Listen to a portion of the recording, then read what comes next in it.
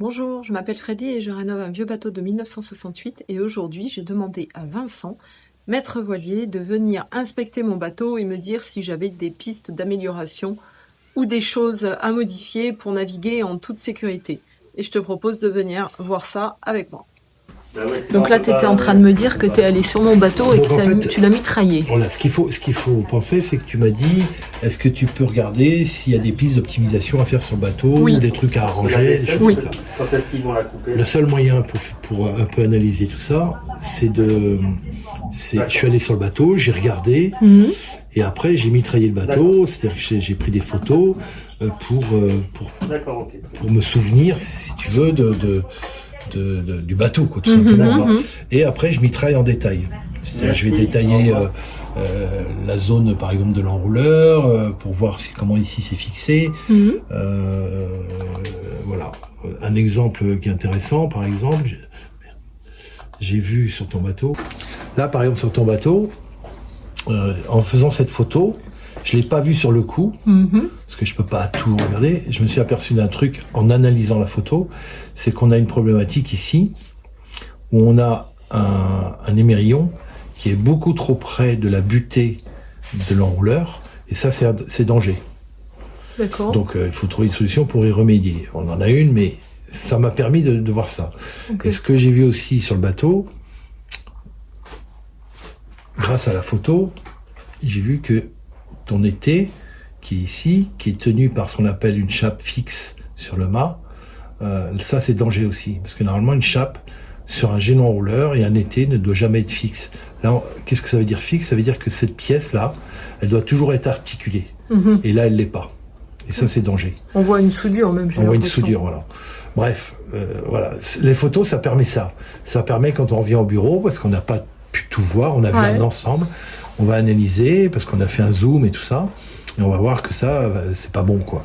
D'accord. Donc c'est comme ça qu'on procède, c'est-à-dire qu'on va faire des photos en zoom de chaque élément du bateau, et ça va nous permettre de voir des potentiels de risques possibles. D'usure, là on voit qu'il y a une usure, par exemple, à quoi elle est due, il va falloir comprendre. On voit qu'il y a du jeu. D'accord. Parce qu'on voit bien que ta barre de flèche, elle se balade là-dedans, ça c'est pas bon. Okay. Enfin voilà. Là, on voit par exemple un embout de barre de flèche qui est fortement, enfin qui a l'air un peu. Le cache est tombé il y a pas longtemps. C'est sur l'autre qui est tombé. Ah. J'ai qu'un seul cache là à l'heure actuelle. Je l'ai quelque part en photo, mais j'ai vu que sur l'autre il était tombé. Enfin voilà, on va faire différentes photos qui vont permettre de voir le plan de pont aussi. D'accord. Et de se souvenir de certaines choses, si on a besoin d'améliorer tout ça. Avec ces photos, j'ai commencé à faire un petit rapport qui est ici. D'accord. Avec ton nom, la position du bateau, et j'ai marqué piste d'optimisation. Donc j'ai fait des photos, j'ai posé ces photos sur Word, et j'ai dit à améliorer, mettre un dîner malachie. Alors c'est des termes à nous, mais c'est un pense-bête en fait, et descendre le PA pour avoir plus de latitude d'étarcage. En fait, ce que ça veut dire là, c'est qu'on a remarqué tout à l'heure que ton enrouleur était quasiment embuté là-haut. D'accord. Et donc il faut descendre le point d'amure du génois pour plus qu'on soit embuté là-haut, tout simplement. Ah oui. On l'avait monté parce que sinon il frottait sur les haubans, sur les filières. Alors on en reparlera, c'est un autre problème, mais ça bon. Là par exemple, c'est la photo de tout à l'heure que j'ai mis, on est trop près de la butée haute, danger. D'accord. Alors danger, c'est juste pour me dire, attention, ça peut créer des problématiques, quoi. Voilà, j'ai commencé à bosser comme ça. Là, j'ai marqué ne jamais laisser en navigation la drisse de spi devant. C'est-à-dire qu'en général, on laisse la drisse de spi sur la face avant du bateau. C'est un risque important qu'elle se prenne dans l'enroulement du génon enrouleur, et ça crée un risque de détoronnage du câble de l'été. Donc, une possibilité de dématage. D'accord. Danger. Ok. Enfin voilà, j'en ai fait plusieurs comme ça. Ah, pas de cardan sur l'œil de l'été. Ok, c'est le truc qui est soudé là, qui ne devrait pas être soudé. Ok. Après, il n'y a peut-être pas la possibilité de faire autrement, mais carragage sur poulu. Bon, ça, c'est des termes à nous. Le bout doit retourner au bas diamètre, vraiment. C'est un petit pense-bête qui dit que ça, c'est mal fait. Oui, je suis d'accord. J'ai beaucoup de mal à prendre mon riz, c'est très dur. Mais sans la photo, si tu veux, j'aurais pas la mémoire du truc, tu vois, c'est impossible. D'accord, donc tu travailles essentiellement avec les photos. Oui, enfin, je vais sur le bateau d'abord, Je me dis, bah ça va pas, ça va pas, ça va pas. Et puis je vais faire mes photos en conséquence, quoi. D'accord. Voilà. Dans ce qu'on appelle le périphérique, c'est-à-dire les barres de flèches, tout ça, il va falloir un peu contrôler tout ça, quoi. Je pense que tu peux naviguer, mais on va dire avec légèreté. Oui, c'est-à-dire pas trop de pression dans les voiles. Bah, faire un peu gaffe, ouais, de pas prendre un coup de vent, quoi. Et pas faire gîter le bateau, parce que ça, c'est de la pression. Il va gîter. Ouais. Mais c'est pas grave. C'est qu'il y a si, c'est ça. Je suis pas dans les certissages, donc je peux pas dire ça va péter demain ou dans 10 ans. Mais ce qui est sûr, c'est qu'aujourd'hui, un gréement, au niveau assurance, un gréement, c'est 10 ans pour les assurances. Dans la réalité, sur nos statistiques qui nous sont propres, on s'aperçoit que les problèmes peuvent commencer à arriver au bout de 15, 18, 20 ans. Ça dépend d'un tas d'éléments et de critères. Mais il faut commencer à faire gaffe, quoi. Là, t'as pas de traçabilité sur le... Je pense que le gréement a dû être changé, mais quand, j'en sais rien. Et ensuite, un gréement, ça demande aussi de l'entretien. Alors, qu'est-ce que c'est l'entretien sur un gréement? Bonne question, vas-y. C'est par exemple de tous les 2 ans minimum de passiver.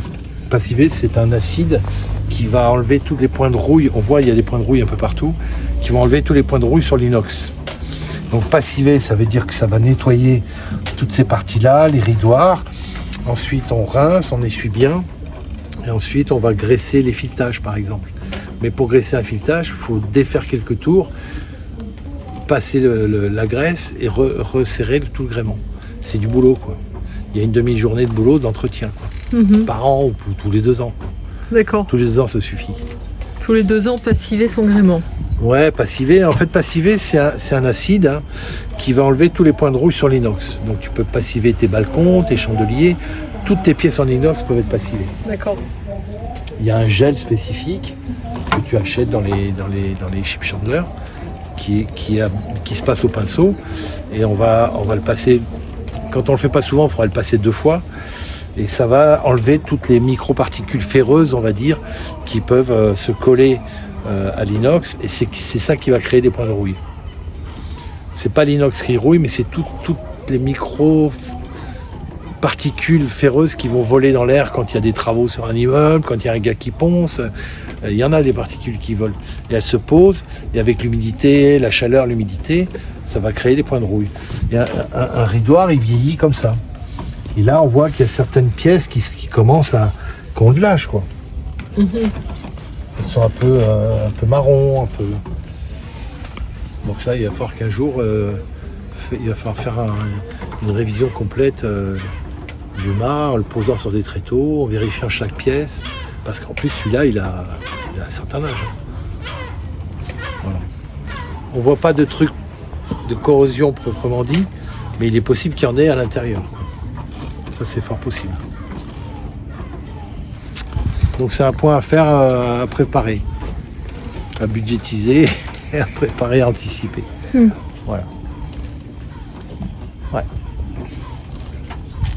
Et après, les ris rapides, ils sont mal faits, donc il faudra refaire un plan du circuit pont, on appelle ça. D'accord.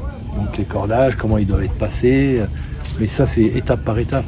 C'est-à-dire, c'est pas la peine de bricoler si demain il faut enlever le mât et faire une révision complète du mât. Il faut y aller, il faut en profiter justement quand le bateau est dématé pour changer le circuit de certains éléments, comme les ris automatiques par exemple. Mais pour ça, il faut que les réas ils soient en bon état. Les réas, c'est les poulies qui sont à l'intérieur de la baume du mât. Il faut que les cordages ils soient pas trop vieux. Enfin, il y a step by step.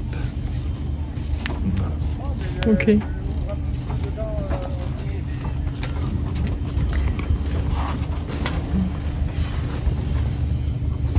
T'as jamais vérifié les cadènes non plus.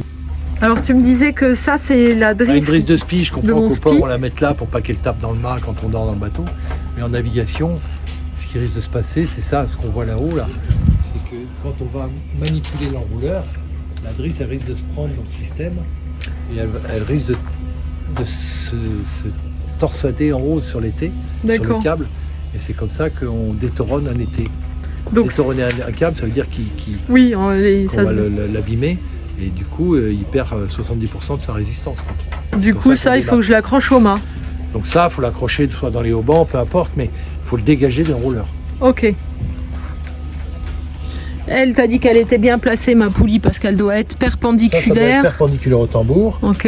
Alors après, le problème, c'est que là, tu es sur un ancien concept de bateau où il y a des éléments. Ouais. Donc si ici, ça s'accroche, oui.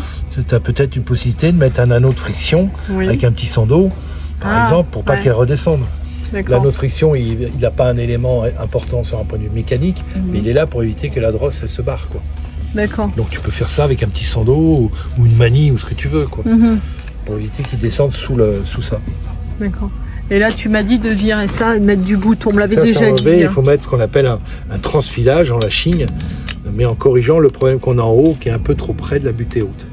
Donc à mon avis, il faut descendre ici de 5 cm, faire entre les deux, parce que toi, tu veux pas que ça touche trop les filières. Mais il faut descendre le point d'un mur, il faut le descendre ici. D'accord. Ça, c'est pareil, ça, c'est dangereux, ça. Parce qu'il est défait. Bah déjà, on met jamais des goupilles comme ça. Ah bon? Ou alors tu les scotches. Ah d'accord. Parce que là, en fait, ce qui se passe, c'est qu'un cordage, il va l'attraper. Ah oui. Et tu vas tout enlever. Un jour, tu vas te casser la gueule parce que ça s'est barré. Donc là, on referme bien et on scotche. Mais là, tu as tes filets qui gênent un peu. Ouais. On scotche autour bien comme il faut toutes les goupilles. D'accord. T'as vu mes rails de génois où ils sont placés? Oui, mais ça, tu peux pas faire autrement. T'es sur un ancien concept. D'accord. Donc ça, c'est pas gênant. Et est-ce que les poulies, c'est... Parce que j'ai... Tu vois, le mécanisme de la poulie... Juste les poulies. En plus, elles sont pas sur un axe. Il faut qu'elles soient sur un émerillon, tes poulies. Un émerillon, d'accord. Parce que j'ai d'autres poulies qui sont justement avec un émerillon. Oui, parce que là, regarde, elle travaille vachement mal, ta poulie. Elle travaille en travers. D'accord. D'ailleurs, tu le vois, hein, c'est tout usé, là. Donc ta poulie doit être sur émerillon. Ok. Ce qui est intéressant, c'est que tu as une pièce qui a pété parce que les rivets se sont bouffés. Donc ça veut dire que tu as peut-être partout ça. D'accord. Donc Vincent est en train de dire que ce qui est blanc là sur mes rivets, c'est de l'électrolyse en fait. Et que c'est pour ça que ça a pété. Et qu'il y en a peut-être partout. En plus ça ne travaille pas bien, ça travaille à l'arrachement. Donc il faut arranger la baume et mettre un système qui ne travaille pas à l'arrachement. Avancé. Tu viens de m'annoncer que j'avais 3000 balles de dématage. Non. Je sais pas quoi dire, il y a des trucs qu'il faut faire qui sont propres à la sécurité pour moi. Hein. Ouais. Un gréement qui a un certain âge, là on n'a pas de traçabilité. C'est un bateau qui a déjà une cinquantaine d'années. C'est sûr qu'il y a des trucs qu'il va falloir sécuriser, fiabiliser plutôt. Et pour ça, sur un mât qui a cet âge-là, qui sont d'un ancien concept, on voit qu'il y a des points d'électrolyse qui ne sont pas forcément graves, mais qui peuvent amener une rupture d'un élément, tu vois, comme tu l'as eu sur l'Alba. Ça, les rivets, c'est sûr que les rivets qui étaient à l'époque en alu, ils ont tendance à perdre de leur efficacité au bout de quelques années, quoi. Donc après, on utilise des rivets avec un autre alliage. On utilise aussi des isolants pour éviter qu'il y ait de l'électrolyse. Comme le Tefgel ? Comme le Tefgel, par exemple. Voilà. Donc ça, c'est des choses qu'on fait aujourd'hui dans le refit des mâts. D'accord.